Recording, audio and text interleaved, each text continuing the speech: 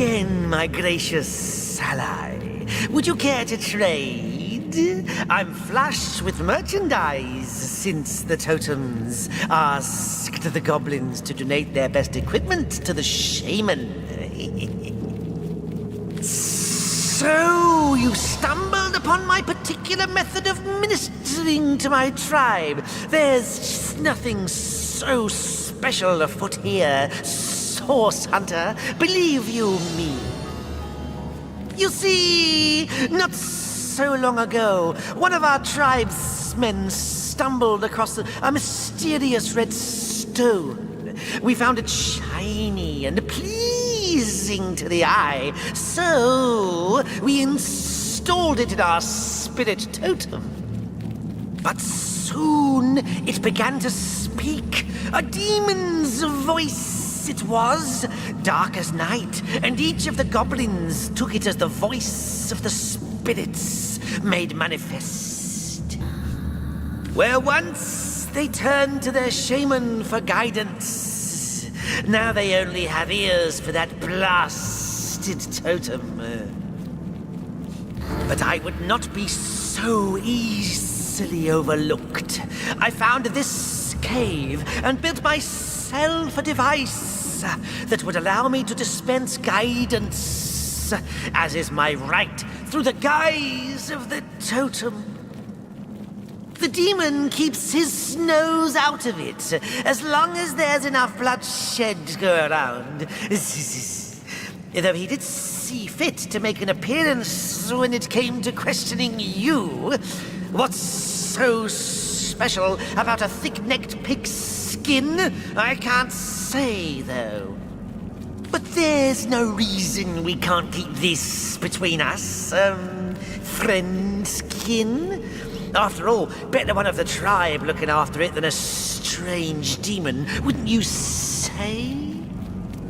Come now, Source Hunter. There's no need to interfere in goblin affairs. All you've got to do is climb back up that ladder and go about your business as usual.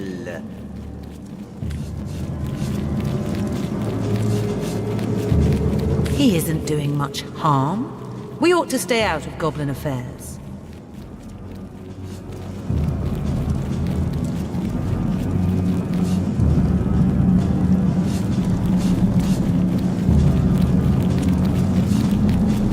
If you fancy getting embroiled in goblin affairs, I'll gladly throw you at their mercy.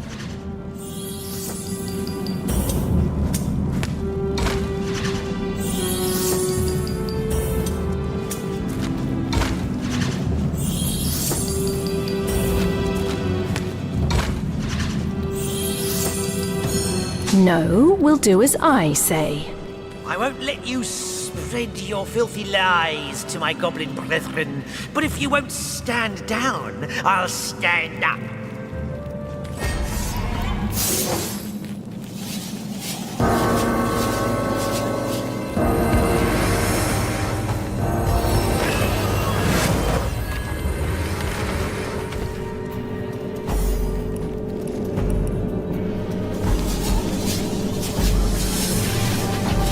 Marksman's poise!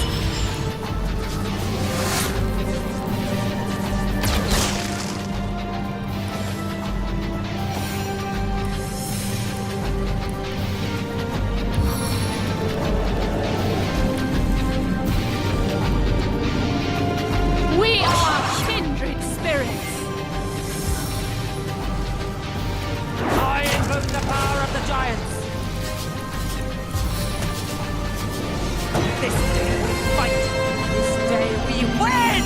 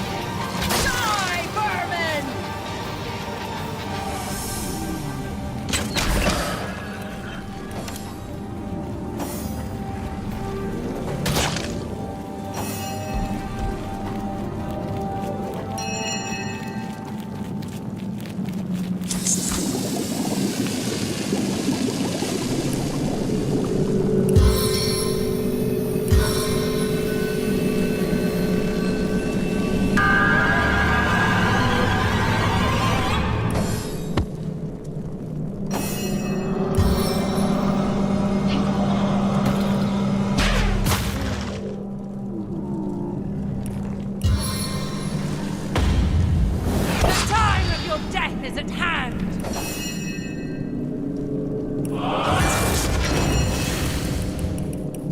Launching assault!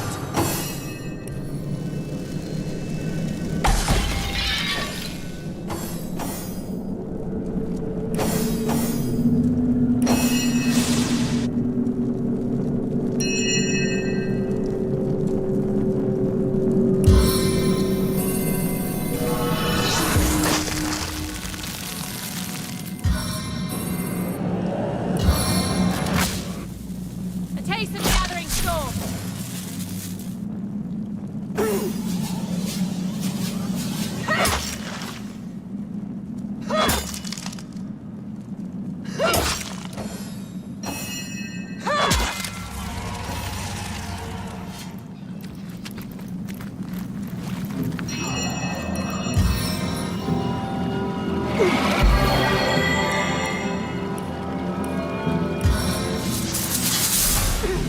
Chaos cannot grip this land for long.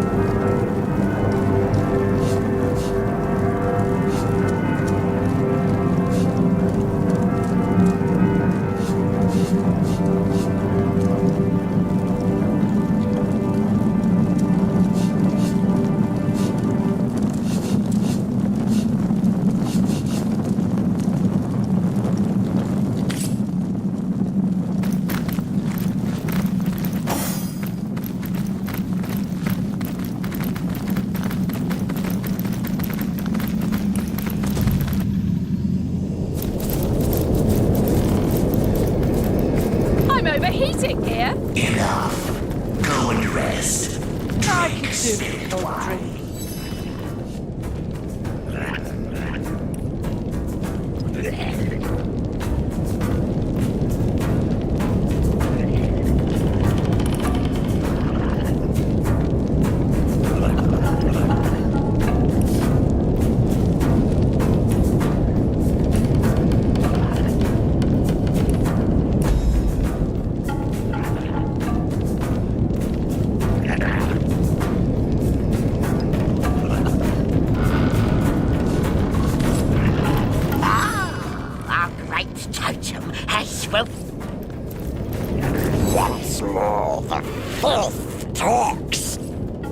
Once more, the filth talks, your wagging tongue.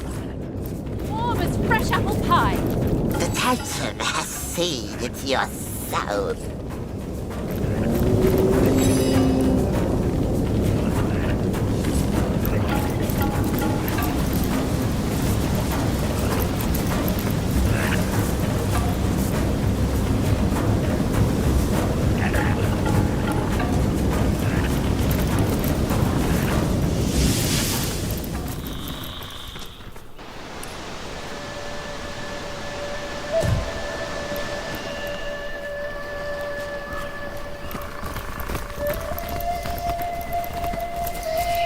Wake up, Daddy! Wake up! The humans need more clubbing.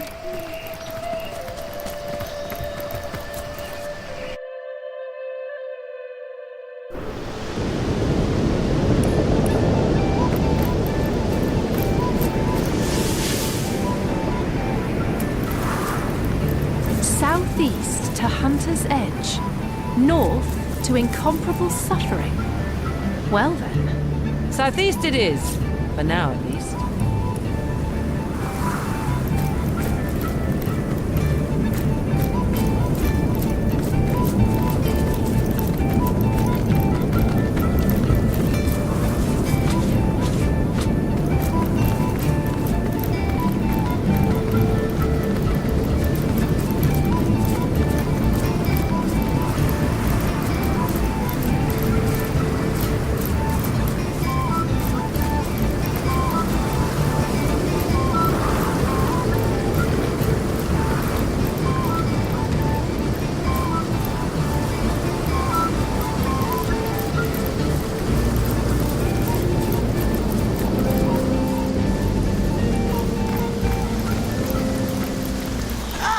I feel like I've just had a long bath in a cold lake.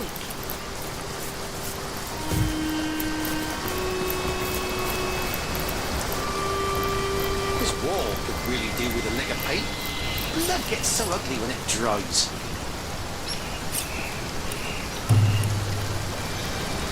Oh there, a word of warning, wanderer, afore you continue on your merry way. See these corpses here? Be a good fellow and take them as a hint that this town isn't the pastoral little paradise it once was. Immaculates, orcs and humans both, have taken Hunter's Edge. Its villagers are now slaves in the mines to the west, or they've been bled dry of their last drop of life, reduced to mere fuel that must light the wicked candle that is Bloodstone. Long as you live in the limbo between coming and going, though, why not have a look at what I have to sell?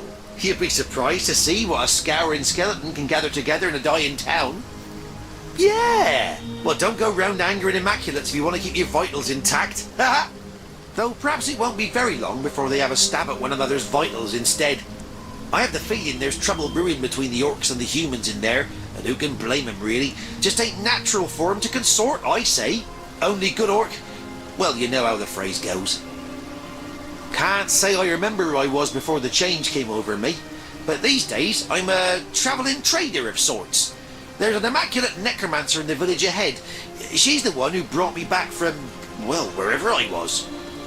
She's an especially bright one, you know. Most necromancers can only revive a dead corpse into an animated one, but she manages to yank back some semblance of consciousness too. I don't remember much, but the thrill of trade certainly calls to me. Maybe I was a merchant in my former life, who knows? These days, most undead are busy haunting Syceal or picking the way in the Lucula mines. But I keep a low profile and stay out of sight. Haven't been bothered by an immaculate yet, and I hope to keep it that way. I know the weapons of which you speak.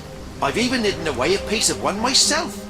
I had planned to pass it down to my son, but... Well, maybe you could make better use of it now.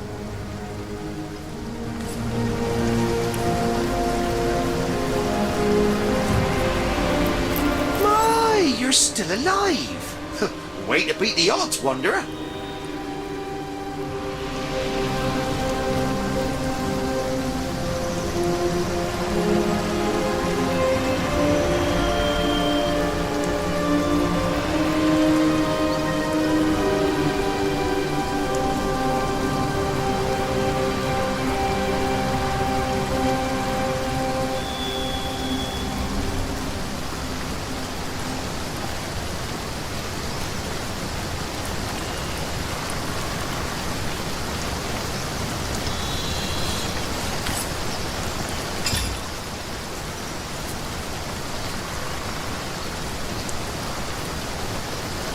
An intact finger. Just what that deviant of an orc was looking for. My, you're still alive. Way to beat the odds, Wanderer.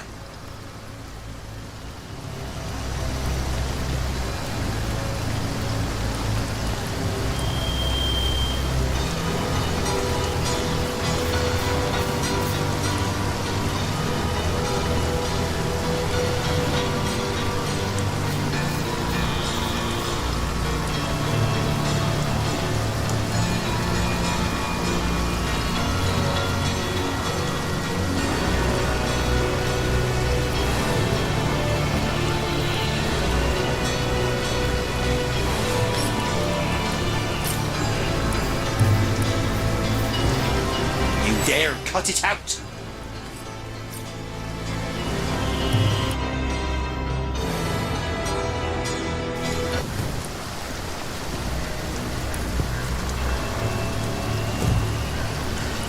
Potent heat!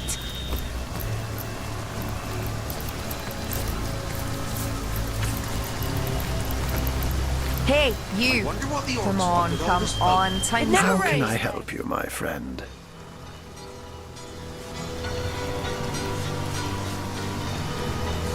I'm watching on with weary eyes how the Immaculates strike again. They've gone from shedding blood among their own to recruiting orcs and cutthroats to do it for them. From what I can tell, the village of Hunter's Edge is this cult's most wretched victim. It was once a quiet sort of village. Families and small-time merchants mostly. Recently, it was targeted by a tribe of orcs waving the Immaculate banner. Their leader, Grutilda, is known far and wide for her cruelty and cunning. She oversaw the murder of countless villagers and used their blood to fuel a great number of bloodstones. Once they were dead, they were reanimated as undead corpses and sent to work in the mines of Lacula. By order of Liandra, the orcs were joined by a tribe of humans from the northern peaks of Tanneroth. A band of male Jarl arrived with his own formidable supply of bloodstones, which means his tribe has been operating under directions from the conduit for some time. Where once they ransacked for base pleasure and material gain, now they do it by the will of the goddess. Hey, you! Come on, time's a-wasting. These are far from the blindly devoted Immaculates of Silverglen, however. The orcs and the humans here alternate between bitter fighting and hostile peace. Personally, I believe they're best exploited through their rivalry. Get them to fight each other, and you can stand on the sidelines and warm yourself upon the flames. Wasting. He has a residence at the far end of town. Though I have my doubts he's having people over for tea now that the Immaculates have landed. Know that Zandalor is wily, so beware. If a wizard doesn't want you in his home, you'll know it. Pity the intruder that heedlessly tries to waltz his way into that dwelling. Nevertheless, his house is the very place you'll want to search. The accumulated knowledge stored there is quite phenomenal, and beyond a doubt one of Leandra's most urgent pursuits. You can speak.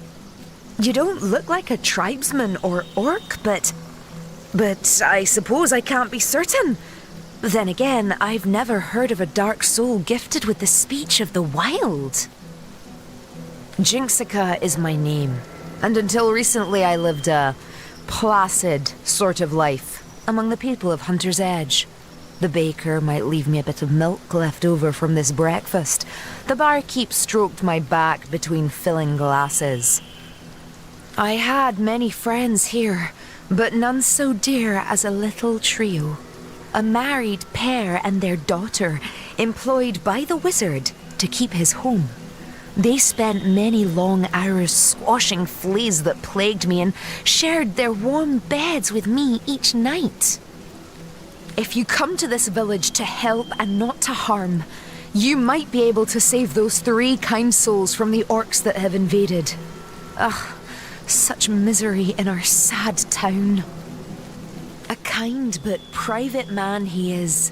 He set up his home here several years ago, but never remained there long enough before jetting off to tend to some matter or other. The Dark Invaders seem very interested in him indeed. They've been skulking around outside the house since they arrived, but not even one of their filthy vermin can penetrate the wizard's protective enchantments. Would that an invasion were all! They destroyed every crumb of life they could find and sent their filthy rats to seek out those who evaded them. Each life they took infused their strange stones with power.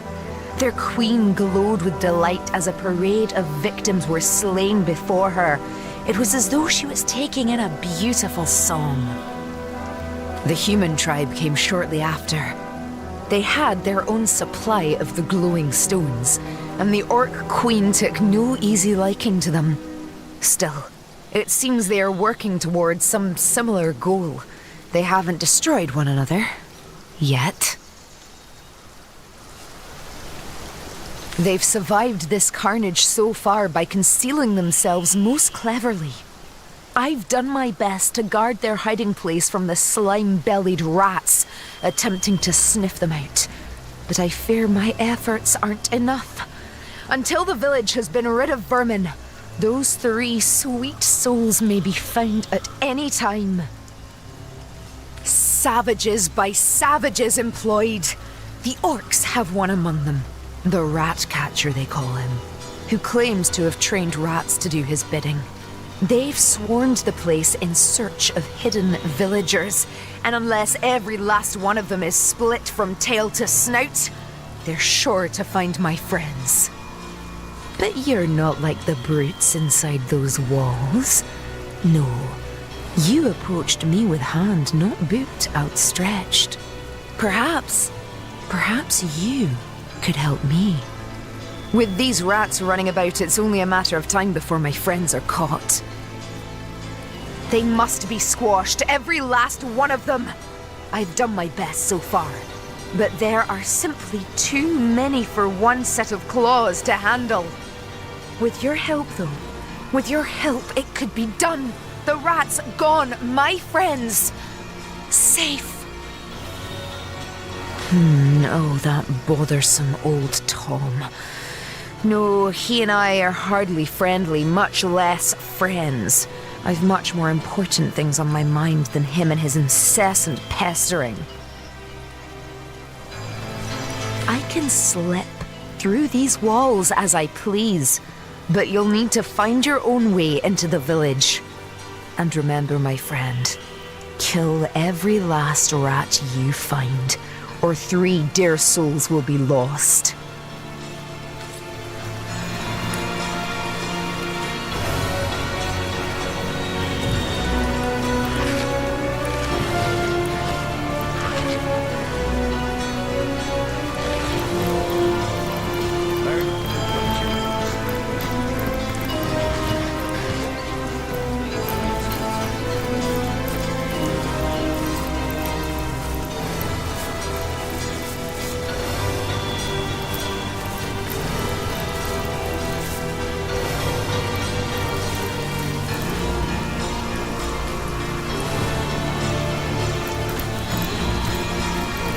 It seems we've already harvested the last. It seems we've already harvested the last of the ripe. It seems we've already harvested the last of the ripe barley.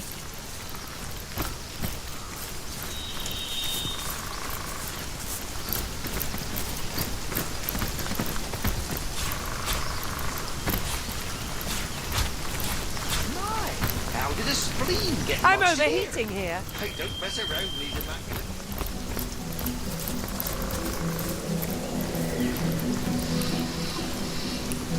I need to dry off. deluge! Sopping all the way to my boot soles.